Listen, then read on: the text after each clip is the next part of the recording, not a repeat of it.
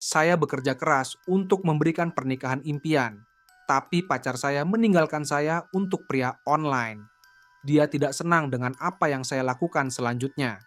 Nama saya Rian, dan usia saya 29 tahun. Cerita ini dimulai pada hari paling bahagia dalam hidupku, hari pernikahanku dengan Leila.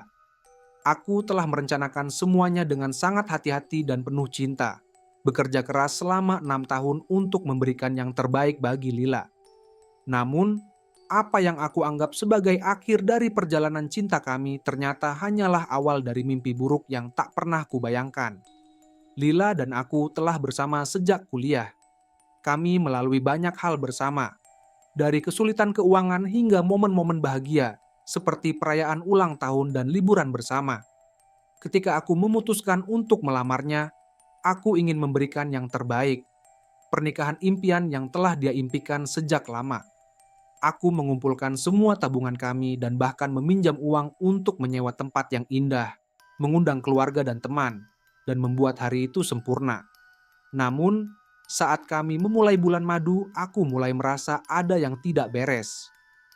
Lila tampak gelisah, sering menghindari kontak mata dan pesan-pesan singkat dari ponselnya. Aku mencoba bertanya, tetapi dia selalu menjawab dengan santai dan mengatakan bahwa itu hanya stres pernikahan. Aku percaya padanya, mengingat semua usaha yang kulakukan. Setelah bulan madu, segalanya tampaknya kembali normal. Tetapi ketidaknyamanan itu tetap ada di hati kecilku. Beberapa bulan kemudian, ketika aku pulang dari kantor, aku menemukan rekening bersama kami kosong. Lila tidak ada di rumah. Aku meneleponnya berkali-kali dan akhirnya dia menjawab dengan suara penuh kekhawatiran. Dia mengatakan bahwa dia membutuhkan waktu sendiri dan aku tahu ada sesuatu yang sangat salah. Aku memeriksa ponselnya dan menemukan pesan-pesan dari pria yang hanya dikenal Lila secara online. Dia telah mengirimkan uang dan hadiah yang seharusnya untukku. Kecurigaanku semakin menguat ketika aku menemukan bukti bahwa Lila sering mengirimkan uang ke rekening pria tersebut dan bahkan mengajaknya berlibur ke tempat-tempat mahal yang seharusnya untuk kami berdua.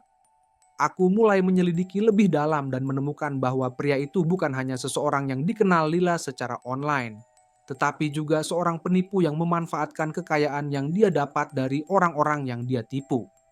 Hari-hari berikutnya dipenuhi dengan perdebatan dan pertengkaran. Lila akhirnya mengakui bahwa dia telah jatuh cinta dengan pria itu dan memutuskan untuk pergi bersamanya. Aku merasa hancur, bukan hanya karena pengkhianatan itu, tetapi juga karena semua usaha dan pengorbanan yang kulakukan seolah sia-sia. Lila menghilang begitu saja, meninggalkanku dengan utang dan kehilangan yang mendalam. Namun, konflik ini tidak berhenti di situ. Aku berusaha mencari tahu lebih lanjut tentang pria yang telah menipu Lila dan menemukan bahwa dia memiliki banyak korban lainnya. Aku mulai menyusun rencana untuk mengumpulkan bukti-bukti yang bisa membantuku melaporkan kasus ini ke pihak berwajib.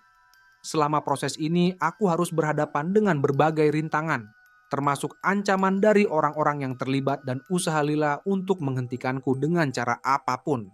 Sementara itu, aku harus berjuang untuk menjaga kesehatanku mental dan emosional.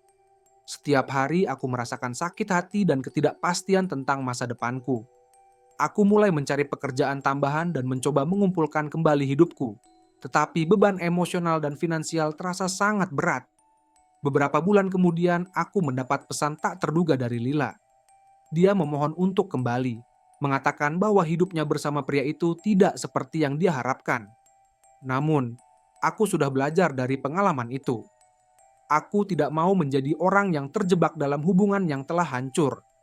Aku memutuskan untuk melanjutkan hidupku, meski Lila terus berusaha untuk kembali ke dalam hidupku. Berita tentang kebangkrutan finansial Lila tidak lama kemudian tiba. Dia telah menginvestasikan semua uangnya dalam bisnis yang gagal total. Dan pria yang dia pilih untuk bersamanya ternyata hanya tertarik pada harta bendanya. Lila kini berjuang keras untuk membayar utang dan mencari pekerjaan untuk bertahan hidup.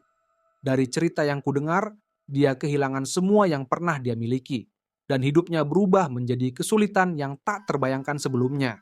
Selama masa-masa ini, aku terus berjuang untuk melawan penipuan dan mencari keadilan.